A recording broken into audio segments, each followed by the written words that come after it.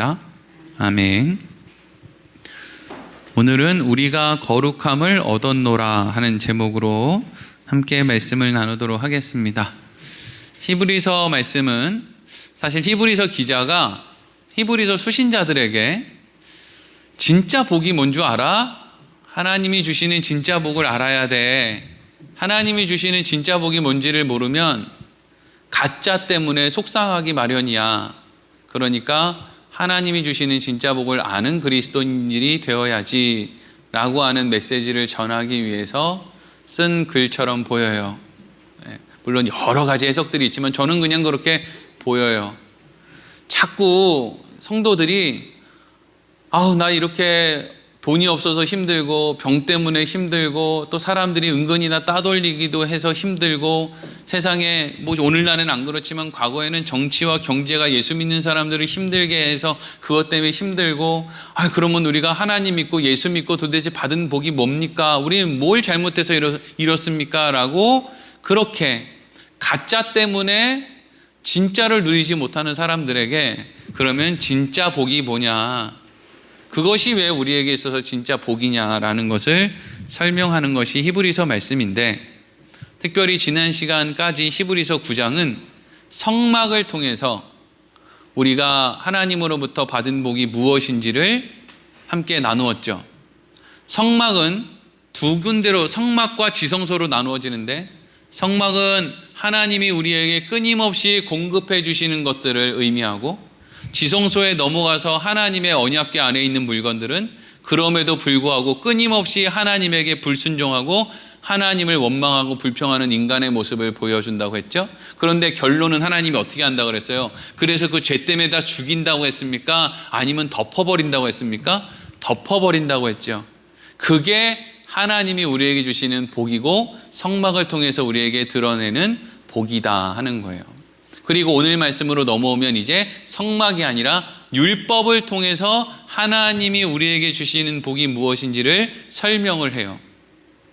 계속 이렇게 반복해서 비슷한 이야기를 하고 있는데, 사실 여러분 따지고 보면 창세기부터 요한계시록까지는 계속 비슷한 말씀이 반복되어 있다는 것을 우리가 확인할 수가 있어요. 그럼 왜 하나님께서는 이렇게 비슷한 말씀을 계속 반복하시는가? 그렇게 반복하는 걸 통해서 분명히 우리에게 알려주고 싶은 것이 있기 때문에 그런 거죠. 자, 다시 기독교에 아주 기초되는 것부터 제가 여러분들이 오늘 처음 교회에 나왔다라는 생각을 가지고 잠깐 설명을 드릴 테니까 여러분들 나 이거 다 알아 이렇게 하지 말고 오늘 교회 처음 나오신 분처럼 그렇게 한번 잘 들어보세요. 여러분, 하나님이 이 세상을 만들어 놓고요, 아담과 하와를 마지막으로 만들었어요. 아담과 하와에게 이 아름다운 걸 다 주기 위해서 이 세상의 모든 걸 아름답게 만들어 놓고 마지막에 아담과 하와를 만드신 거예요. 아담과 하와는 눈 떠보니까 너무 좋은 것들이 주위에 많은 거예요. 그런데 너무 주위에 좋은 게 많다 보니까 이게 좋은 건지, 이걸 나에게 허락하신 분이 좋은 분인지, 나는 얼마나 연약한 존재인지 이런 걸 전혀 알지를 못했죠. 그래서 시간이 점차 지나고 이 아담과 하와는 소위 원죄라고 하는 일을 저지르게 돼요. 이 원죄 다 들어보셨죠? 원죄? 네. 원죄라는 말만 들어도 지겨워, 또 저런 얘기하네 이렇게 생각할 수 있는데, 그럼에도 불구하고 원죄가 뭐냐 이렇게 얘기하면 사람들은 어떻게 이야기하냐면 아담과 하와가 선악과 따먹은 거, 이런 식으로 이제 대답을 한단 말이죠. 근데 여러분, 원죄는 아담과 하와가 선악과 따먹은 걸로 분명해지기는 했지만 실질적으로 그걸 먹느냐 먹지 않느냐가 원죄를 구분하는 건 아니에요. 원죄라고 하는 것은 근본원에다가, 근원원, 한자로 근원원에다가 이제 죄, 우리가 알고 있는 그 허물죄가 붙은 거예요. 그러니까 이건 죄의 원인이다라는 뜻이에요. 죄의 원인. 성경은 이 죄라는 말을 하마르티아라고 표기하고 있는데, 이 하마르티아라고 하는 말은 관역으로부터 벗어난 상태를 이야기하는 거예요. 그러니까 성경은 우리에게 죄가 사람을 죽인다거나 도둑질을 한다거나 거짓말을 한다거나 이런 걸 죄라고 이야기하는 게 아니라 하나님으로부터 벗어난 상태가 바로 죄다, 이렇게 이야기를 하고요. 그러한 일이 있었기 때문에 하나님으로부터 벗어난 사람들이 하는 모든 행동은 전부 그런 수준의 것이다, 그런 수준의 것일 수밖에 없다라고 설명을 하는 거예요. 그러니까 원죄가 있고 두 번째 죄가 있고 세 번째 죄가 있고 네 번째 죄, 이런 식으로 이어지는 게 아니라 원죄라는 것은 죄의 원인을 이야기하는 것이고, 그 이후로 모든 인간이 설사 자기가 좋은 의도를 가지고 어떤 행동을 한다고 해도 그 결론은 결코 좋은 행동의 결론이 나오지 않는 것, 그것이 이 세상의 모습이에요. 그럼 원죄, 죄의 원인이라는 건 그러면 도대체 뭐냐? 성경은 죄의 원인을 두 가지로 설명을 하는데, 첫 번째는 인간이 스스로 어떤 존재인지를 몰랐기 때문에 하나님으로부터 벗어난 것, 이것을 죄의 원인이라고 생각을 해요. 인간은 자기들이 대단한 존재인 줄 알아요. 자기가 뭔가를 결단하면 그걸 지킬 수 있다고 생각을 해요. 그거 여러분 못 지킵니다. 인간이 뭘 결정해 놓고 그거 못 지킨다고요. 아니 그래도 목사님 저는 그래도 결단력이 남달라가지고요, 공부도 잘하고요, 살도 잘 빼고, 저거 뭐 한번 작정하면 야 그런 거 잘하죠. 근데 여러분 그게 내 자식 죽고 사는 문제라면 또 달라요. 인간은 그렇습니다. 그냥 어느 정도까지는 잘 하는 것처럼 흉내낼 수 있는 것처럼 하는데, 진짜 어떤 부분에 들어가면은요 얼마나 사람이 뻔뻔해지고 악해지는지 몰라요. 그게 인간이에요. 근데 인간이, 아담과 하와가 그걸 모르는 거예요. 하나님이 아담과 하와를 하나님의 형상을 따라 만들어 놓고 이 땅에 있는 좋은 걸 다 주시고, 그리고 그 아담과 하와가 다니면서 이름 부르는 것마다 쟤는 까마귀야, 쟤는 까치야 부르는 것마다 그것이 이 세상에 존재하는 동식물의 이름이 됐단 말이죠. 그러니까 아담과 하와가 자기들이 얼마나 연약한지를 잊어버리는 거예요. 그리고 어느 날 뱀이 찾아와서 자극하죠. 니네 선악과만 먹으면 이제 신분이 바뀔 거야. 너희들 능력은 충분히 있어. 봐봐, 너희들 능력 있잖아. 니네들이 말하는 대로 동식물이 다 되고 너희들을 전부 섬기잖아. 니네가 에덴 동산의 왕이잖아. 그러니까 저거 선악과만 먹으면 이제 너희들이 신분이 인간에서 신이 되는 거야. 이렇게 유혹을 한 거예요. 그러니까 선악과를 따먹은 것 자체가 잘못이 아니고요, 이건 그냥 이제까지 하나님이 그런 마음을 먹은 것도 결국에는 유보해 주시고 그냥 내버려 두셨는데, 이것을 이제 확증하는 마침표를 찍는 일이 뭐였느냐 하면, 난 이제 하나님과 하나 되지 않고 하나님으로부터 분리되겠습니다 라고 하는 선포, 이게 여러분 선악과를 따먹은 거예요. 그러니까 뭘 먹었느냐 안 먹었느냐가 중요한 게 아니고요, 사람의 입에 뭐가 들어가느냐가 중요한 게 아니고, 이 사람의 몸에서 뭐가 나오느냐가 중요하다고 예수님이 말씀하지 않습니까? 그리고 인간이 원죄를 저지른 두 번째 이유는, 첫 번째는 자기가 어떤 존재인지를 몰랐다, 주제 파악이 안 됐다는 거고요. 두 번째는 하나님이 얼마나 좋은 분인지를 몰랐다 하는 거예요. 하나님이 인간을 신으로 만들지 않잖아요. 그렇죠? 하나님이 인간을 인간으로 만들어요. 그럼 우리는 생각할 때, 그럼 하나님 우리도 신처럼 만들지, 죄 안 짓게 만들지, 하나님 왜 이렇게 우리를 죄 짓게 만들고 왜 이런 식으로 만들었나 하기도 생각할 수도 있는데, 여러분 사실 신보다 더 좋은 게 신의 아들이에요. 무슨 얘기인지 아십니까? 하나님이 되는 것보다 하나님의 돌보심을 받는 내가 되는 게 훨씬 더 좋다고요. 이걸 이해해야 돼요. 하나님은 우리를 신으로 만들지는 않았지만 신의 아들로 만들므로 자기 자신보다 자식을 더 사랑하는 그 마음으로 우리를 사랑하는 그런 관계로 만들어 놓으신 거예요. 그러니까 신으로 만든 것보다 신을 아버지로 둔 인간으로 태어난 것이 훨씬 더 낫다는 이야기죠. 근데 인간은 그런 거를 모르는 거예요. 하나님이 우리를 얼마나 사랑하는지, 그래서 얼마나 좋은 걸 주길 원하시는지, 얼마나 우리에게 관심이 있는지, 이런 거에 대한 관심이 없는 거예요. 그러니까 하나님이 얼마나 좋은 분인지 모르니까 하나님을 떠나는 거죠. 하나님이 인간을 내쫓는 게 아니에요. 누가복음 15장에 보면 돌아온 탕자의 비유라고 하는 예수님 말씀이 나오는데요, 여러분 돌아온 탕자, 소위 둘째 아들이 아버지에게 가가지고요, 아버지 저한테 어차피 아버지 돌아가시면 유산 주실 거니까 저한테 유산 미리 좀 주시죠 라고 이야기를 했단 말이죠. 그럼 우리는 뭘 알 수 있냐면 이제까지 그 아버지가 둘째 아들을 어떻게 대했는지를 알 수 있죠. 맨날 두드러 패고 학대하고 막 어디다 가두고 일이나 시키고 이러면 둘째 아들이 겁나서 아버지한테 그 말 하겠습니까? 그 말 했다가는 입을 찢을 텐데. 이제까지 아버지가 얼마나 좋은 걸 줬고 얼마나 편안한 분위기에서 얼마나 사랑을 쏟아부었는지를 알 수 있는 거예요. 근데 그렇게 사랑을 쏟아부어도 자식 입에서는 돈 얘기밖에 나올 게 없어요. 그러니까 여러분들 이것도 3000%도 빠지는 것 같기도 한데, 여러분들이 자식을 그렇게 키웠기 때문에 자식이 돈 얘기를 하는 게 아니고요, 돌아온 탕자의 아버지도 잘 키운다고 키웠는데 아들이 돈 얘기만 한다는 거 아니에요.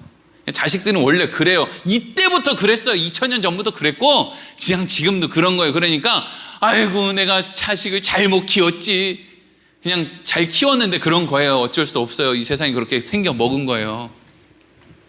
너무 그거 가지고 낙심할 필요 없어요. 그런데 이 둘째 아들이 그렇게 좋은 대접을 받았던 아버지의 품을 어떻게 하겠다는 거예요? 지가 떠나겠다는 거예요. 이 둘째 아들은 뭘 몰라요? 자기 수준을 몰라요. 그리고 또 뭘 몰라요? 아버지가 얼마나 좋은 분인지를 몰라요. 그래서 사실은 아버지가 그거 막을 수 있어요. 사람 시켜가지고요, 그 둘째 아들 어디 이방 땅으로 못 가게 맨날 그 언저리에서 지키면 되거든요. 근데 아버지가 안 지켜요. 여러분, 아담과 하와가 선악과를 따먹는 거 하나님이 못 따먹게 하시면 되거든요. 왜? 선악과 옆에 불을 만들든지 아니면 먹으려고 할 때 하나님이 그거 모르겠습니까? 아담아, 혹시 너 그거 먹으려는 건 아니겠지? 하와야, 너 혹시 지금 그거 먹으려는 건 아니겠지? 라고 말 한마디만 하면 그거 안 먹는 건데 하나님이 내버려 두죠. 아버지가 내버려 둬요. 왜 내버려 둬요? 더 중요한 걸 배워야 되거든요. 그 더 중요한다는 게 뭐예요? 두 가지죠. 내 주제 파악을 해야 되고, 그럼에도 불구하고 하나님이 내 아버지시라는 게 얼마나 놀랍고 귀한 것인지를 알아야 되는 거죠. 그래서 선악과를 먹는 것으로 하나님과 분리된 인간, 아버지의 집을 떠남으로 아버지와 분리된 인간이 하나님으로부터 복을 받았다라는 건 무슨 이야기냐면, 그 하나님께서 그들을 내버려 두시지 않고 그들의 삶에 간섭하신다라는 걸 의미하는, 그게 복이에요. 그게 왜 복이냐? 하나님이 그들의 삶 가운데 두 가지를 가르쳐 주실 거거든요. 첫 번째, 너 별거 아니야, 네 힘으로 안 돼. 이걸 하나님이 가르쳐 줘요. 이 성경에 나오는 모든, 소위 우리의 눈으로 봤을 때 위인으로 보이는 사람들의 인생도 다 그거 두 가지예요. 내 힘으로 안 되는구나, 내 수준이 이거밖에 안 되는구나. 그리고 결론은 뭐예요? 하나님은 구원의 하나님이시구나. 다른 말로 구원의 하나님이라는 것은요, 자격 없는 사람을 용서해주고 품어줬다는 거거든요. 그러니까 하나님은 좋으신 분이로구나, 이 두 가지를 알게 하는 게 모든 믿음의 사람들의 삶이죠. 하나님이 아브라함을 찾아가가지고 아브라함에게 제일 먼저 뭐라 그래요? 내가 너 복 줄 거야. 이게 다른 말로 무슨 얘기예요? 이제 너의 삶은 내가 간섭하겠다, 이거예요. 그러고 나서 간섭한다고 해놓고 기근이 닥치니까 아브라함이 어디로 가요? 애굽으로 내려가요. 하나님을 떠나요. 그런데 거기서 또 뭐 해요? 자기 부인을 동생이라고 속이고, 뭐 속일 수 있다고 쳐요. 근데 이 부인을 왕궁에 다른 남자의 침실로 자기 부인을 들여보내는 거예요. 그러니까 여러분, 이 처음 시작부터 아브라함은 자격이 안 돼요. 진짜 이거는 말도 안 되는 인간인 거예요. 네. 그리고 그 이후로도 뭐 어떤 상황마다, 그리고 심지어 아브라함과 사라가 하나님이 말씀하시는데 어떻게 해요? 비웃어요. 아니, 공중에서 하나님의 음성이 아브라함아 이러고 막 들리고 있는데, 네가 100세에 네 몸에서 아들을 낳을 거다 이렇게 얘기하는데, 지금 공중에서 그 음성이 들리고 있는데 그 음성을 들으면서 어떻게 해요? 비웃는단 말이죠. 참, 보면 믿겠다. 하나님 보면 믿는다. 하나님의 음성을 들으면 믿는다. 천만의 말씀이에요.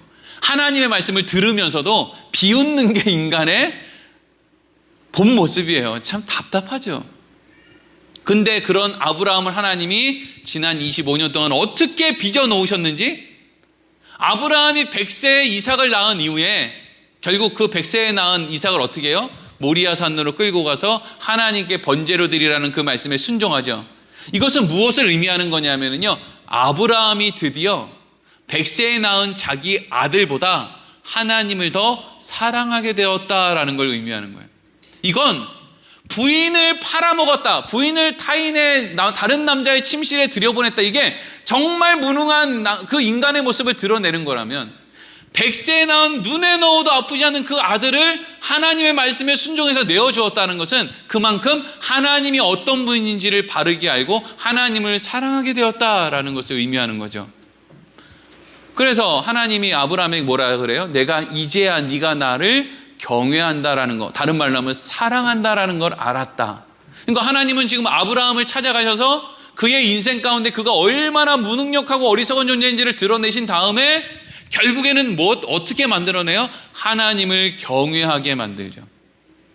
그래서 하나님을 경외하는 존재가 영원히 하나님과 연합해서 함께, 아버지와 함께, 더 이상 아버지의 집을 떠날 생각이 아니라 아버지와 함께 사는 게 얼마나 즐겁고 행복한 것인지를 아는 상태로 영원히 아버지와 함께 사는 것이 천국이에요. 그래서 성경은 계속 그걸 가르쳐 주는 거예요. 너희들의 힘으로는 안 돼. 도망가려고 하지 마. 너 수준이 그래. 너는 나와 함께 있어야 돼. 나같이 너를 사랑하는 이가 없어. 영원히 나는 너희와 함께 할 거야. 이걸 계속 성경이 믿음의 사람들에게 가르쳐 주는 거예요. 여러분, 우리는 예수를 믿자마자 죽지 않아요. 예수 믿고도 오래 살아요. 여러분들처럼. 지금 예수 믿고 몇 년을 더 산 겁니까? 그러면 예수 믿고 나서 하나님의 나라에 갈 때까지 사는 인생 동안에 하나님은 복을 이미 받은 우리들에게 어떠한 인생을 허락하겠어요? 두 가지겠죠. 네 힘으로는 안 돼. 이걸 계속 가르쳐주고, 그걸 알면 알수록 와, 하나님이 나와 함께 한다는 게 얼마나 놀라운 일인가. 그러니까 나 하나님이랑 절대로 떨어지지 말아야지. 그러면서 또 사는 동안은 어떻게 돼요?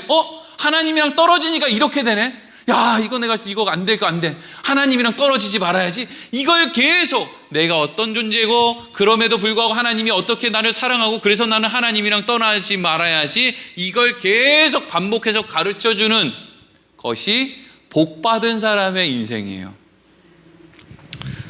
이미 복을 다 받았으니까 별 관심이 없어서 자꾸 주무시려고 그러는데, 네? 복 받았어도 잘 들어보세요. 이미 복 받았으니까 사실 좀 주무셔도 되기는 해요. 네. 여러분, 이 대목에서 한 가지 짚고 넘어갈 게 있는데, 여러분, 교회를 잘 안 나온다든지, 기도를 좀 잘 안 한다든지, 뭔가 신앙생활을 좀 허술하게 한다고 해서 여러분들의 인생에 하나님이 여러분들에게 복수하지 않습니다. 그것만큼 잘못된 교리가 없어요. 틀린 얘기예요. 여러분, 우리가 이 세상에 사는 인생은 하나님이 우리의 연약함을 가르쳐 주는 것이고, 하나님이 그럼에도 불구하고 얼마나 좋으신 분인지를 가르쳐 주는 거예요. 그래서 여러분, 우리는 대부분 세상에서 사는 시간을 통해 하나님의 그런 것들을 배워요. 그래서 세상에서 막 낙심도 하고 절망도 하고 이래요. 왜? 우리 힘으로 안 된다는 거 알아야 되니까요. 기독교인이라고 하면서도 세상에서 세상 사람들보다 더 뻔뻔하게 사는 나를 발견하기도 해요. 그럴 때마다 우리는 생각하죠. 야, 나 별거 아니로구나. 여러분, 그래서 교회에 나오는 거예요. 뭘 확인하려고요? 그것밖에 안 되는 나를 하나님이 얼마나 사랑하셨는지를 다시금 듣고 용기를 내서 또 세상에 나가서 내가 얼마나 별 볼 일 없는 존재인지를 다시 확인하기 위해서.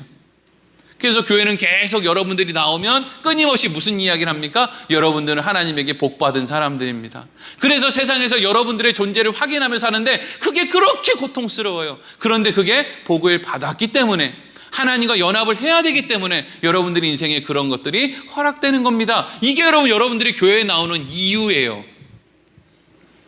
근데 만약에 누군가가 여러분들 교회 안 나오면 저주받고, 목사한테 잘못하면 저주받고, 그래서 교회 잘 나오면 사업이 잘 되고, 교회 안 나오면 사업이 망하고, 이런 식으로 만약에 여러분들에게 이야기를 해서 교회에 나오는 것이 하나님의 은혜를 생각해서 기쁨으로 나오는 행동이 아니라 마치 이걸 안 하면 내가 큰일이라도 날 것처럼 교회에 나오게끔 만드는 모든 것들은 사실 정말 나쁜 메시지죠.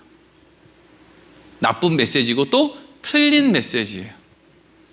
여러분, 그런다고 해서 사람 바뀌지 않아요. 아직 모릅니까? 교회에 헌금 많이 한다고 해서 그 사람 바뀌지 않아요. 거룩해지지 않아요. 사람은 언제 바뀌냐면요, 세상에서 바뀌어요. 세상에서 절망할 때, 내 한계를 알 때 바뀐다고요. 그래서 교회 나와서 그럼에도 불구하고 나를 품어주시는 하나님을 발견하고 거기 품에 안기는 거예요. 그게 신자의 삶이에요. 교회에서 암만 잘난 척하고 잘해보면 뭐합니까? 세상 나가면 아무것도 아닌데. 자, 그래서 이제 오늘 말씀은 어떻게 넘어오느냐면요, 율법과 하나님의 복을 연결시켜서 우리에게 가르쳐줘요. 이것은 마치 성막과 하나님의 은혜를 연결시키는 것처럼 율법도 결국에는 우리가 율법을 못 지키는데, 그럼에도 불구하고 하나님은 우리를 얼마나 사랑하시는가, 이것을 지금 이야기하고 있는 거예요. 자, 오늘 본문 1절과 2절 같이 읽겠습니다. 시작. 율법은 장차 올 좋은 일의 그림자일 뿐이요 참 형상이 아니므로 해마다 늘 드리는 같은 제사로는 나아오는 자들을 언제나 온전하게 할 수 없느니라. 그렇지 아니하면 섬기는 자들이 단번에 정결하게 되어 다시 죄를 깨닫는 일이 없으리니 어찌 제사 드리는 일을 그치지 아니하였으리요. 아멘. 자, 1절 띄워주세요. 율법은 장차 올 좋은 일의 그림자일 뿐이다, 이렇게 됐죠. 여러분, 율법이라는 것이 뭐냐면요, 인간이 하나님, 저희 하나님 필요 없어요. 저희끼리도 선하게 살 수 있고요, 저희들끼리도 얼마든지 지혜롭게 살 수 있어요. 그러니까 하나님, 이제 하나님과 저랑 이제 좀 독립했으면 좋겠습니다 라고 해서 하나님으로부터 아담과 하와가 떨어져 나온 거예요. 인간들이 더 이상 하나님 필요 없다고 이제 떨어져 나왔죠. 하나님은 절대 선이에요. 선하신 분. 그러니까 인간이 하나님이 필요 없다라는 걸 다른 말로 하면 이제는 우리 스스로도 얼마든지 선하게 살 수 있다. 그러니까 하나님이 어떻게 한 거예요? 그러면 율법을 지켜봐라. 율법을 너희들이 다 지키면 내가 너희들이 선하게 살아갈 수 있다고 내가 인정해 줄게. 이게 여러분 율법이 이 세상에 존재하는, 그러니까 율법은 나쁜 게 아니에요. 율법은 좋은 거예요. 선한 것을 드러내는 거예요. 그러니까 율법은 장차 올 좋은 일의 그림자라고 그러죠. 장차 올 좋은 일이 뭐예요? 하나님과 우리가 함께 하는 거죠. 하나님과 우리가 함께 하면 우리는 선해지는 거예요. 하나님 품에 안겨서 선해진다고요. 그러니까 율법은 장차 선해질 일들의 그림자다 이거예요. 율법 자체가 나쁜 게 아니라 선한 거야, 좋은 거야 라고 설명을 하죠. 근데 율법을 사람들이 완벽히 지켰습니까? 못 지켰습니까? 못 지켰어요. 율법을 완전히 지키면 제사를 지낼 필요가 없어요. 율법을 못 지키니까 제사를 지내는 거예요. 여러분들이 죄를 안 지으면은요, 죄에 대한 어떤 특별히 반성할 만한 여지가 없으면 뭐 한다고 교회 나와서 하나님, 주여, 아버지 이러면서 뭘 이렇게 땅이 꺼져라 그러고 그냥 한숨을 푹푹 내십니까? 그렇게 한숨을 푹푹 내쉬면서 기도말을 시작하는 이유가 뭐예요? 아, 내가 하나님 부탁할 게 좀 있는데요, 근데 내가 자격은 없어요. 이걸 그냥 맨날 한숨을 푹푹 내쉬는 거잖아요. 뻔뻔하게 구하는 게 좀 창피해서. 그 이야기는 뭐예요? 우리가 과거로부터 지금까지 과거의 사람들은 율법을 다 못 지켰고 오늘날 우리도 하나님 말씀대로 못 산다라는 것을 의미하는 거죠. 그러니까 우리는 결국에는 선하다는 거예요? 선하지 않다는 거예요? 선하지 않다. 하나님과 분리되면 너희는 죽을 수밖에 없다. 죄의 싹은 사망이기 때문에 너희는 죽을 수밖에 없다. 그렇지 않으면 너희가 율법 다 지켜봐라. 우린 율법 다 못 지키는데요? 그래 봐라. 너희들이 하나님과 분리돼서 살 수 있나? 한번 봐라. 이 얘기죠. 그런데 여기 중간 부분에 보면 이런 말이 또 있어요. 해마다 늘 드리는 같은 제사로는 나아오는 자들을 언제나 온전하게 할 수 없느니라. 2절 넘어가면은요, 그렇지 아니하면 섬기는 자들이 단번에 정결하게 되어 다시는 죄를 깨닫는 일이 없으리니. 이게 무슨 얘기냐면은요, 죄를 짓고 제사를 지내는 오는 사람들도 매년 같은 죄를 반복하기 때문에 제사를 통해서 자신을 깨끗하게 하기 위해 성전에 나오는데, 그건 율법을 사람들이 다 안 지켰다는 걸 의미하는데, 그러면 그 성전에서 제사를 집례하는 사람들은 그러면 율법을 지키느냐? 그렇지 않다는 거예요. 종교 지도자들이 율법을 지켜야 됩니다, 여러분, 율법을 안 지키는 사람은 우리가 정죄해야 됩니다 라고 얘기하는 그놈도 율법을 안 지키고, 하나님 앞에 제사 지내는 게 그렇게 중요합니다, 너희들 내년에는 제사 안 지을 수 있도록 거룩하게 살아라 라고 얘기했던 그 대제사장도 율법을 안 지키고, 그러니까 지도자들도 안 지키는 것을, 백성들도 안 지키는 것을, 그러면 누가 지킬 수 있느냐? 지금 요 얘기를 하고 있는 거예요. 여러분, 어떤 목사가 말씀대로 삽니까? 그 목사 좀 불러주세요. 본 적이 없어요. 여태까지 말씀대로 사는 목사 본 적 없어요. 그냥 애초에 여러분 기대를 하지 마세요. 말씀대로 사는 목사 없어요.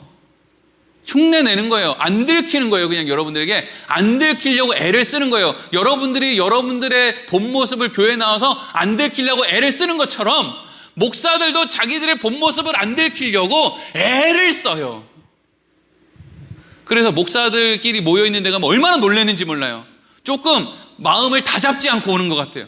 여기서도 감춰야지 이러고 와야 되는데 좀 허술한 마음을 품고 오니까 목사들끼리 모인 데서는 자기 본 모습을 좀 보이거든요. 그러면 사람들이 그래서 저를 보면 놀래나 봐요. 거기 가면 목사들끼리 모였을 때는 말을 안 하는 게 상책이라. 네. 여러분, 교회 문제는 목사들이 다 일으켜요. 조금 더 나아가면 장로들이 다 일으키죠. 교회의 문제를 권사, 집사, 평신도가 일으키는 일은 없어요. 왜? 아직 좀 더 그 자리보다는 나아가야 좀 더 문제를 일으킬 수 있는 여지가 생기기 때문에 그래요. 그건 권사, 집사, 성도가 착하다는 이야기가 아니라 아직 실력을 못 갖췄는데 조금만 더 실력을 갖춰서 장로가 되고 조금 더 실력을 갖춰서 목사가 되면 드디어 우리의 본 모습을 보여주자! 이래서 이제 드러내놓고 대놓고 죄를 짓기 시작한다고요. 답답할 노릇이죠. 근데 그게 다른 사람 얘기가 아니라 내 얘기란 말이에요. 내 얘기. 그게 우리의 모습이에요. 그러니까 지금 뭘 얘기하는 거예요? 제사를 집례하는 사람도 율법을 안 지키더라. 율법을 가르치는 사람도 율법을 안 지키더라. 이게 안 지키는 게 아니라 못 지키더라. 이게 너희들의 수준이다. 그러니 너희들이 하나님, 절대선인 하나님을 떠나서 너희들이 사망을 피해서 살아갈 수 있겠냐 이거죠. 그래서 이렇게 답답한 시간들 가운데 인간의 한계를 여실히 드러낸 인간들에게 하나님이 이렇게 말씀을 하세요. 3절에서 5절 읽겠습니다. 시작. 그러나 이 제사들에는 해마다 죄를 기억하게 하는 것이 있나니 이는 황소와 염소의 피가 능히 죄를 없이 하지 못함이라. 그러므로 주께서 세상에 임하실 때에 이르시되 하나님이 제사와 예물을 원하지 아니하시고 오직 나를 위한 한 몸을 예비하셨도다. 아멘. 그래서 여러분, 해마다 드리는 그 제사는 그저 우리를 깨끗하게 하는 게 아니라 깨끗하게 못했잖아요. 그러니까 그 다음에도 계속 율법 못 지키고 죄 짓는 거 아닙니까? 그러니까 해마다 드리는 제사는 우리의 죄를 기억나게 드러내게 하는 것인데 그것으로는 죄 없이를 할 수가 없다. 그러면서 하나님이 뭐라고, 방금 5절 말씀 잠깐 띄워주세요. 하나님이 뭐라고 하느냐? 하나님은 제사와 예물을 좋아한다고요? 안 좋아한다고요? 안 좋아한다는 거예요. 하나님은 제사와 예물을 안 좋아한대요. 왜 하나님은 제사와 예물을 안 좋아해요? 인간들이 제사와 예물, 그것을 가지고 나오는 이유가 인간들이 뭘 했기 때문에 갖고 나오는 거예요? 죄 지었기 때문에 갖고 나오는 거죠. 제가 1부 예배 때도 그런 얘기를 했는데, 제가 우리 아들들이 이제 크면서 얼마나 싸우겠어요, 그렇죠? 벌써부터 그냥 막 싸우려고 지금 폼을 잡고 있는데, 제가 그렇게 얘기하는 거예요. 첫째 아들하고 둘째 아들한테, 야, 니네들 앞으로 싸우면 벌금이 있어. 아버지한테 10,000원씩 벌금 내야 돼. 이렇게 정해줬어요. 아들들이 그럼에도 불구하고 계속 싸우면서 이렇게 얘기하는 거예요. 우리 아버지는 우리가 오늘 또 10,000원 용돈 드리니까 얼마나 좋을까? 그럼 아버지는 그 10,000원 용돈 받으니까 좋아요. 아싸, 신난다. 오늘 10,000원 벌었다. 맨날 싸워라. 이러겠어요? 근데 우리가 구약 시대 때 살았던 이스라엘 백성들이 하나님께 제사 지낼 때 그런 식으로 생각하는 거예요. 우리가 소 드리니까 하나님 얼마나 좋을까? 우리가 양 드리니까 하나님 신나겠네. 아버지한테 10,000원 주니까 얼마나 좋을까? 그냥 10,000원짜리를 입에 확 넣어버릴까 보다. 네? 그 얘기가 아니잖아요. 10,000원 필요 없잖아요. 뭐 하지 말라는 거예요? 싸우지 말라는 거예요. 10,000원 안 주는 게 나는 기쁨이다는 거죠. 매년 너희들이 제사를 안 지내는 게 난 기쁨이다. 어떻게 해야 안 짓는 거예요? 잘 지켜야 제사를 안 짓고요. 오늘날에 우리는요, 예수 그리스도와 연합하니까 다시 제사를 안 드리죠. 우리가 주일날 나와서 교회 예배 드리는 건 제사 지내는 게 아니에요. 확인하는 거예요. 우리가 어떠한 신분을 얻었는지를 확인하는 거라고요. 그래서 성찬을 확인하는 거예요. 우리 안에 예수가 함께 있다는 걸 확인하는 거죠. 그래서 우리는 더 이상 제사 지낼 필요가 없음을 확인하는 거예요. 그런데 제사와 예물을 기뻐하시지 않는데 끊임없이 제사와 예물을 갖고 나와서 하나님을 답답하게 만드는 인간들의 결론 앞에 하나님이 결론적으로 뭐를 한다는 거예요? 마지막 절에 보니까 오직 나를 위하여 한 몸을 예비하셨도다 이러죠. 인간의 끊임없이 반복되는 죄 가운데 하나님이 한 몸을 예비했대요. 원래 흐름으로는 그러니까 니네들 이제 소망 없어 다 죽어야 돼 이리로 가야 되는데 그게 하나님의 결론이 아니라 그래서 내가 한 몸을 예비해 놨다. 그죠? 그래서 6절 7절 이렇게 이어집니다. 시작. 번제와 속죄제는 기뻐하지 아니하시나니 이에 내가 말하기를 하나님이여 보시옵소서 두루마리 책에 나를 가리켜 기록된 것과 같이 하나님의 뜻을 행하러 왔나이다 하셨느니라. 아멘. 이 6절과 7절의 말씀은요, 다윗이 기록한 시편 40편의 말씀을 인용한 거예요. 그러니까 지금 히브리서에서 한참 이야기하고 있는 이 말이 히브리서에서 히브리 기자가 처음 얘기한 게 아니라 이미 다윗 때부터 있었고 아담과 하와 때부터 이미 있었던 건데 계속 반복적으로 이야기를 하고 있다라는 거예요. 여러분 다윗 다 들어보셨어요? 다윗은요 무엇의 상징이냐 하면 이 세상에서 가장 보잘것없는 존재가 가장 영화로워지는 것을 상징하는 거예요. 다윗은 막내 아들, 8번째 아들로 태어났는데 집에서 제일 밉상으로 찍혀가지고 저기 막 일이 나오고 이러는 데 가서 양치잖아요. 그리고 사무엘 선지자가 집에 왔는데 부르지도 않고 맛있는 거 만들었는데 부르지도 않고 이런 인생이었어요. 가족들한테도 버림받았으니까 뭐 말할 것도 없는 거죠. 그렇죠? 그런데 가족들에게도 버림받은 다윗을 하나님이 어떻게 해요? 하나님의 은혜로 통일 이스라엘의 왕으로 세워주시죠. 그런데 다윗이 어떻게 왕이 됐어요? 다윗이 뭐 지가 싸움을 잘해서 골리앗 죽여서 왕이 됐어요? 아니에요. 모든 순간순간마다 하나님이 다 도와줬어요. 근데 다윗은 어느 순간부터 하나님이 날 도와주셔서 왕이 됐다는 생각을 잊어버려요. 이건 마치 뭐가 같으냐면 에덴 동산을 살아가는 아담과 하와랑 똑같아요. 원래 아담이 원래 뭐였어요? 티끌이었죠. 티끌. 그래서 아담이에요. 아담이 흙이란 뜻이잖아요. 그러니까 아담이 원래 티끌이었는데 그 티끌밖에 안 되는 것을 하나님이 영화롭고 존귀하게 세워주셔서 가장 높은 자리에 세워놨어요. 그런데 그 티끌밖에 안 되는 아담이 뭘 잊어요? 하나님이 자신을 어떻게 높여주셨는지를 잊고 지가 태어날 때부터 높은 자리였다고 생각을 하는 거예요. 근데 아담도 그게 마찬가지였다라는 거죠. 그래서 아담이 통일 이스라엘의 왕이 된 이후에 뭘 해요? 자기와 함께 전쟁에 나갔던 함께 싸웠던 그 전후의 아내를 뺏어요. 그것도 뭐 오랫동안 무슨 뭐 사모에 왔는데 무슨 뭐 몇 년 전부터 무슨 뭐 첫사랑이었는데 이런 스토리, 물론 그런 스토리 있어도 그건 안 되지만 그런 스토리 때문도 아니고 그냥 어느 날 갑자기 정욕이 한번 부르르 일어났는데 그 정욕 한 번에 자기의 전후의 딸이 아니라 전후의 아내를 자기 부인으로 뺏어와서 삼고 그 전후는 전쟁터에 보내놓고 싸우다가 우연히 죽는 게 아니죠. 최전방에 세워놓고 나머지는 후퇴를 하죠. 그래서 죽여요. 이게 하나님이 가장 보잘것없는 자리에서 하나님의 존귀함을 받아서 가장 높은 자리에 올라간 인간이 하는 짓이에요. 이건 다윗만 이런 짓을 하는 게 아니라 모든 인간들이 다 다윗처럼 그 자리에 올라가면 그러한 행동을 할 거예요. 그러니까 사실은 그 자리에 있는 사람들 잘못한 거 욕할 것도 없어요. 왜? 원래 그 자리는 그런 짓 하는 자리예요. 그러니까 그 자리에 내가 있지 않은 걸 감사할 뿐이지. 제 장래 소망은 대통령입니다. 아, 넌 앞으로 죄 짓고 망하겠다는 뜻이구나. 이렇게 그게 너의 장래 희망이구나. 성경은 꼭 그렇게 얘기하는 것 같다고요. 제 장래 희망은 왕입니다. 그래? 그러면 너 그렇게 네 힘 가지고 휘두르는 그런 사람이 되겠다는 게 그게 네 장래 소망이구나. 이게 성경이 말하는 거라고요. 그 자리에서 그렇지 않을 수 있는 사람은 없는 거예요. 다윗은 자기가 사람도 죽이고 또 타인의 아내를 빼앗아 놓고 자기가 뭘 잘못했는지도 모르고 살아요. 꼭 우리가 오늘 내가 뭘 잘못했는지도 모르고 뉴스에 나오는 사람은 계속 욕하는 것처럼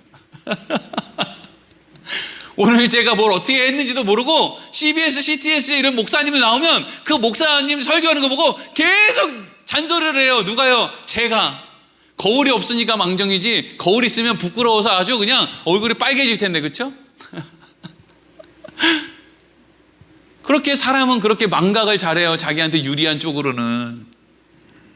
나단 선지자가 다윗을 찾아와서 한 가지 예를 들어요. 그러니까 왜 직접적으로 당신 말이야 사람 죽이고 간음했지 이렇게 안 찌르고 왜 예를 들면서 예화를 통해서 지적하겠어요? 지금 다윗이 수준을 이야기해 주는 거예요. 아, 이 사람은 자기가 죄를 지어놓고도 자기가 죄를 지었다는 사실을 아예 모르고 있구나. 이걸 드러내는 거죠. 그래서 무슨 얘기를 합니까? 부자가 있고 가난한 사람이 있는데 부자는 소도 많고 양도 많다. 근데 가난한 집에 이 집에는 암양 새끼 하나밖에 없다. 근데 부자의 집에 손님이 왔는데 이 부자가 자기 집에 있는 것들은 아까워가지고 옆집에 있는 가난한 집에 양 새끼를 뺏어다가 그걸로 요리를 해줬다. 그러니까 다윗이 어떻게 해요?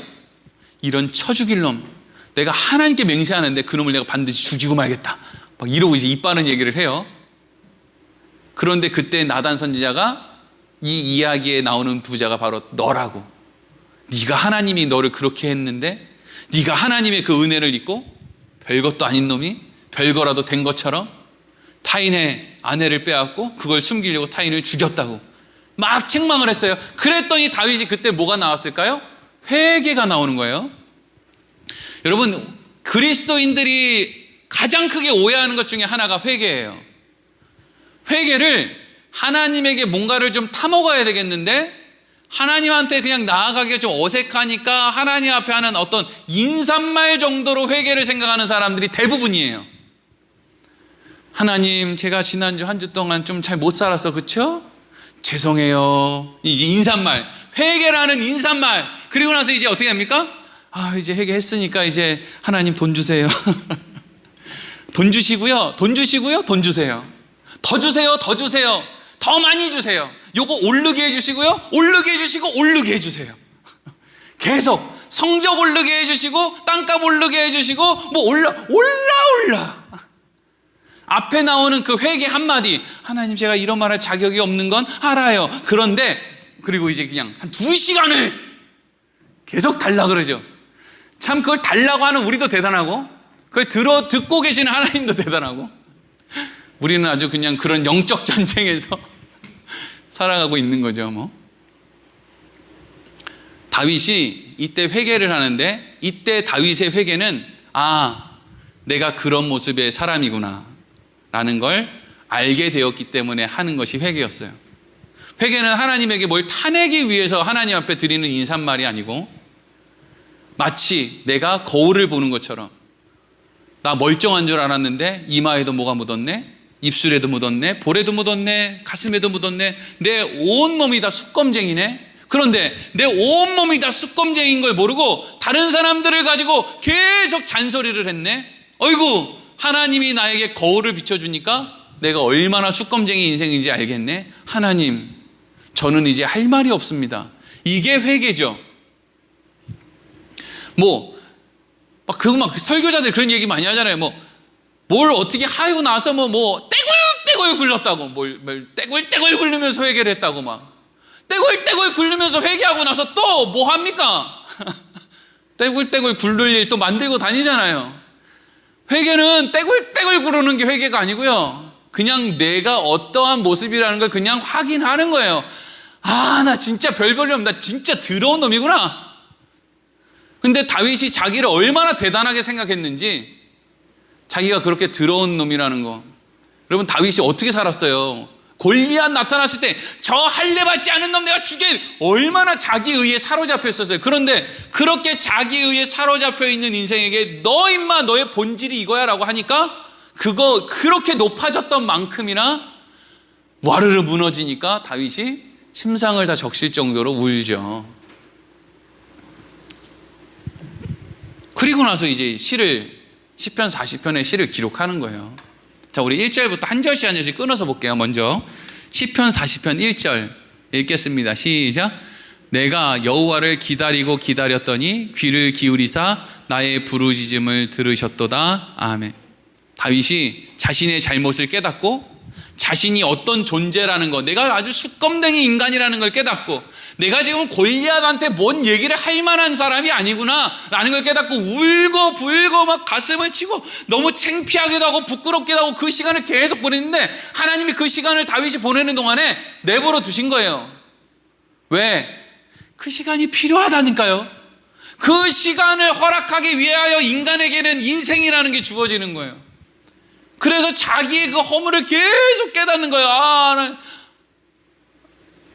하나님이 얼른 버선발로 뛰어나서 괜찮다 괜찮다 아버지 있다 이렇게 안 하고 그냥 울어라. 그래 너 울어. 너 울어야 돼. 너 더 울어야 돼. 더 누가 위로해 주려면 야 쟤 내버려둬. 밥도 주지 마. 더 울어야 돼. 너 더 울어야 돼. 그게 뭐예요? 알아야 된다고요.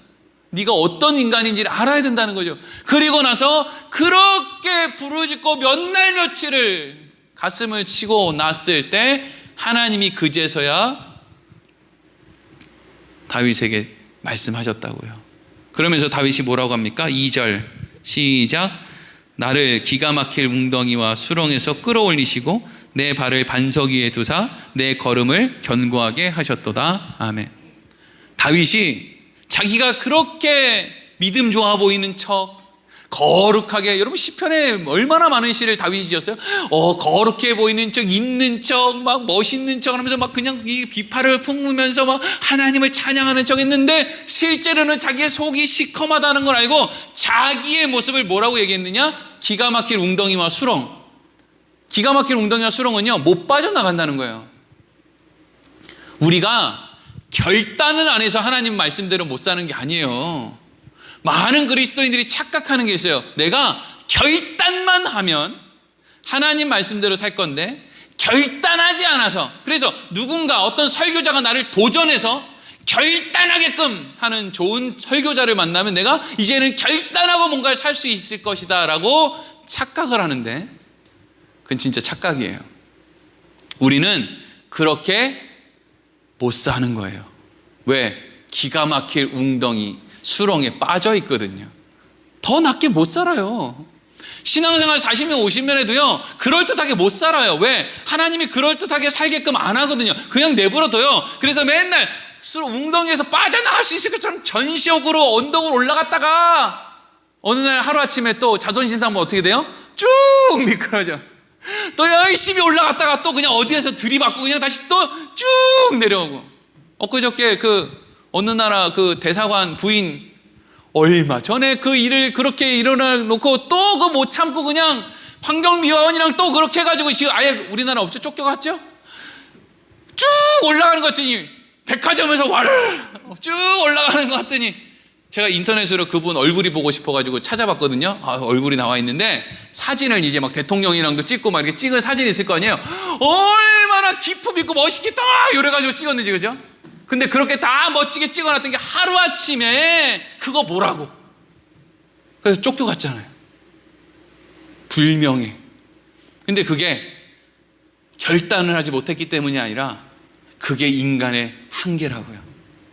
근데 그렇게 기가 막힐 웅덩이와 수렁에 갇혀 있는데 하나님께서 그런 나를 붙들어서 내 발을 어디다 놨대요? 반석 위에 뒀다 그러죠. 반석 위에. 구약 신약을 통틀어서 반석은 다 한 분이에요. 누굴까요? 예수님. 그 발을, 우리의 발을, 기가 막힌 웅덩이에 살고 있는 우리의 발을, 우리를 기가 막힌 웅덩이에서 꺼내서 이제 자유로운 신분으로 훨훨 날아다니게 만들었다, 이게 아니라 그냥 기가 막힌 웅덩이와 수렁이에 있는데 그 사람을 그냥 겨우 끌어올려서 발을 반석 위에 두었다. 예수 그리스도 위에 두었다. 요 얘기를 하고 있는 거예요. 그래서 내가 그렇게 되었기 때문에 3절 읽겠습니다. 시작. 새 노래 곧 우리 하나님께 올릴 찬송을 내 입에 두셨으니 많은 사람이 보고 두려워 여호와를 의지하리로다. 아멘. 이제까지도 다윗이 많은 노래, 많은 찬양을 불렀는데 이건 이런 종류의 노래였다는 거예요. 하나님, 골리앗을 때려 죽일 수 있게 힘주셔서 감사합니다. 곰도 죽이고 무슨 악한 사람들이 공격할 때 피할 수 있게 해주셔서 감사합니다. 이런 수준의 노래를 불러왔는데 이제는 이 노래가 어떻게 바뀌었나? 새 노래로 바뀌었는데 하나님, 내가 뭐 골리앗을 때려 죽였다고 해서 기뻐할 만한 존재가 아니었네요. 난 정말 시커먼 존재고 구제불능이었고, 나는 내가 옛날에 사울 때문에 그렇게 힘들었는데 나는 사울보다 한술 더 뜨는 인간이네요. 그런데 하나님 어떻게 그런 나를 구원해 주셨습니까? 내가 뭐라고? 그래서 찬양이 앞서 하나님 힘주셔서 감사합니다, 이 찬양에서 뒤에 나오는 찬양은 내가 뭐라고 이렇게까지 해주십니까 하나님, 이런 찬양으로 바뀌었다고요. 그래서 우리 찬송가에도 그런 찬송이 있죠. 나 같은 죄인 살리신 주 은혜가 어떻다는 거죠? 놀랍다 그러죠. 이건 뭐 고맙다, 감사하다 이런 말로 표현이 안 되는 거예요. 이해할 수 없다는 거죠. 이게 새 노래예요. 나 같은 죄인 살리신 주 은혜 놀랍다. 이게 새 노래죠. 다윗이 이 새 노래를 부르기 시작했다는 거예요. 그래서 또 이어지는 4절 시작. 여호와를 의지하고 교만한 자와 거짓에 치우치는 자를 돌아보지 아니하는 자는 복이 있도다. 아멘. 이 새 노래를 부르기 시작하니까 하나님이 우리의 아버지가 되시고 나한테 얼마나 좋은 걸 주시는 분인지, 그 은혜가 얼마나 놀라운지를 알고 나니까 이제는 어떻게 한다는 거예요? 교만한 자와 거짓에 치우치는 자를 돌아보지 않는다. 이게 뭔 얘기입니까? 세상보다 하나님이 더 좋구나라는 것을 알게 되고 고백하게 되었다 하는 거죠. 여러분, 예수 믿는 사람들이요, 하나님이 좋아 세상이 좋아 이러면요 입술로는 뭐라고 얘기해요? 하나님이 좋아라고 얘기해요. 그것도 대단한 거예요. 그거 대단한 거라고요. 보통 사람은요 하나님 언급도 안 하지만 그거 다 거짓말 가짜라고 하지만요 하나님이 더 중요해라고 대답 못해요. 그런 거예요. 인간의 입술이라도 그렇게 긍정하는 거 쉬운 일 아니에요. 여호와를 의지하고 교만한 자와 거짓되 치우치지 않는 자를 돌보지 아니하는 자는 복이 있다. 이제 나는 하나님의 은혜를 알았기 때문에 새 노래를 부르게 되었기 때문에 정신 차리고 보면 또 세상에 빠져있는 나를 보지만 그럼에도 불구하고 나는 거기에 치우치거나 돌보는 사람이 되지 않게 되었다. 이런 이야기를 하고 있고요. 그리고 이어지는 5절 시작. 여호와 나의 하나님이여 주께서 행하신 기적이 많고 우리를 행하신 주의 생각도 많아 누구도 주와 견줄 수가 없나이다. 내가 널리 알려 말하고자 하나 너무 많아 그 수를 셀 수도 없나이다. 아멘. 그러면서 다윗이 이렇게 고백하죠. 하나님, 내가 뭐라고 내 인생에 요것도 개입하시고 요것도 개입하시고 그래서 이렇게 나를 이렇게 끌려다가 지금 회개하는 자리에 딱 세워놓고 나를 또 끌어다가 새 노래를 부르는 자리에 세워놓고, 와, 하나님 내가 뭐라고 나한테 이렇게 많은 기적을 행하시고 나를 이 자리에 부르셔서 이렇게 만들어 놓으십니까? 하나님의 은혜 너무 놀랍다. 하나님 내가 뭐라고 나를 이렇게까지 하십니까? 이게 뭐예요? 하나님이 나한테 복 주셨구나. 이게 하나님의 복이죠. 그런데 자, 여기서 이제 시편이 끊어지질 않아요. 여기까지는 우리가 중요하게 구분해야 되는데, 하나님이 우리 인생에 찾아와서 내가 얼마나 부족한 사람인지를 알리시는 것과 그리고 하나님이 얼마나 좋은 분이신지를 알리시는 걸로 우리가 구원받는 건 아니에요. 이건 그냥 우리에게 주어진 하나님의 복의 의미를 가르쳐 주시는 거고요. 우리를 구원으로 인도하는 그 구원의 핵심, 그것은 우리가 뭘 깨달았다거나 우리가 무슨 고백을 했다거나 이런 것 때문에, 내가 예수님을 믿어드리기로 결심했습니다, 이런 것 때문에 우리가 구원받는 게 아니고, 이것은 그냥 하나님이 우리에게 가르쳐주는 것이고 내가 복이 있는 사람이라는 것을 확인시키는 것이고, 진짜 하나님이 우리를 살리기 위해서 한 일은 시편 40편 6절 7절에 이어져서 나오는데 읽겠습니다. 시작. 주께서 내 귀를 통하여 내게 들려주시기를 제사와 예물을 기뻐하지 아니하시며 번제와 속죄제를 요구하지 아니하신다 하신지라.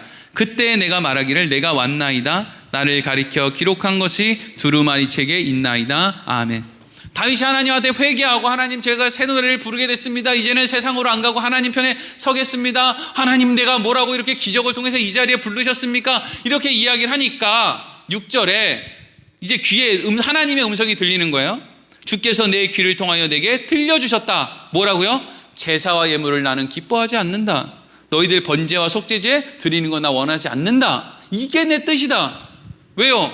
번제, 예물, 제사, 속죄제 이게 다 뭐 때문에 하나님께 드리는 거라고요? 인간이 죄 지었기 때문에 하나님께 드리는 거예요. 안 기뻐하신단 말이죠.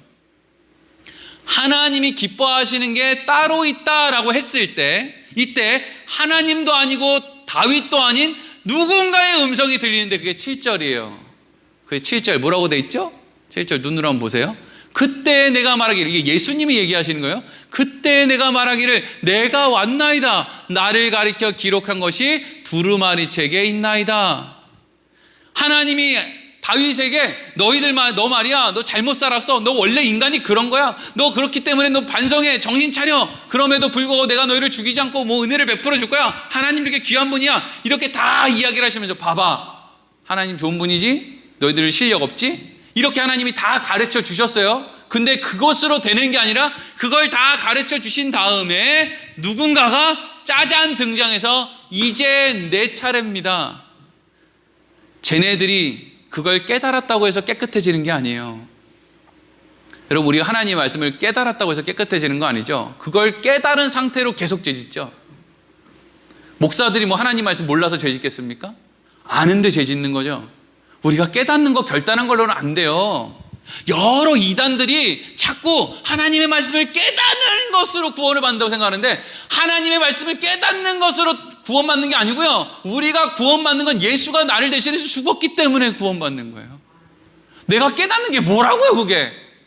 네? 내가 1 더하기 2라는 걸 깨닫는 게 뭐라고요? 내가 뭐 달라집니까? 똑같지. 예수가 우리 대신 죽었다고요.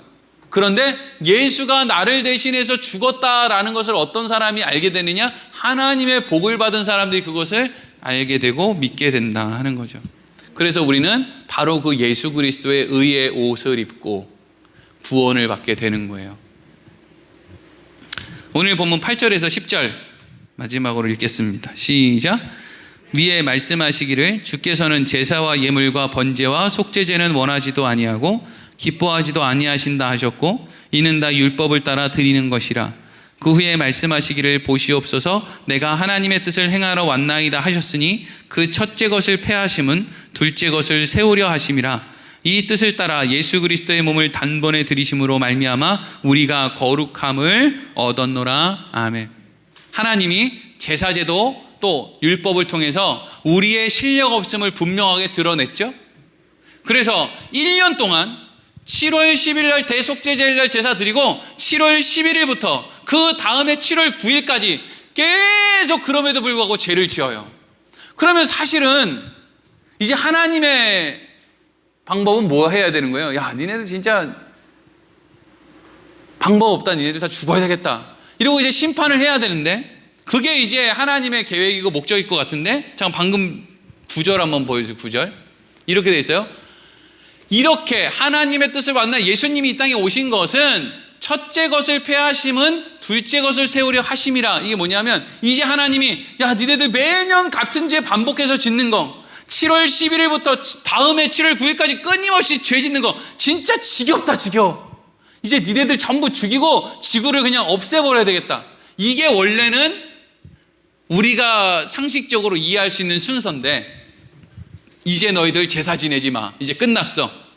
라고 해놓고 이제 너희들 다 죽일 거야. 여기로 가는 게 아니라 둘째 것을 세워주셨는데, 둘째 것이 니네를 대신해서 다른 이가, 예수가 죽을 거야. 이리로 가셨다는 거죠. 그래서 10절에 보니까 그래서 그 뜻에 따라 예수님께서 몸을 단번에 들이심으로 말미암아 우리가 어떻게 됐대요? 거룩함을 얻었노라. 이렇게 얘기하죠. 여러분, 거룩함이 뭐냐면요, 거룩함은 목소리 굵게 내는 거 거룩함 아니에요. 기도 많이 한 것처럼 목소리 쉬어서 다니는 거, 그거 거룩한 거 아니에요.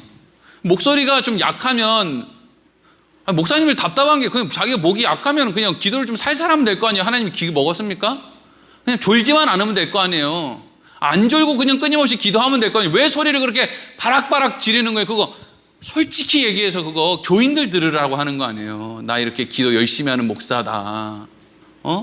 아니면 그 장로님 들으라고, 하나님 장로님 뭐 이렇게 그거 들으라고. 에?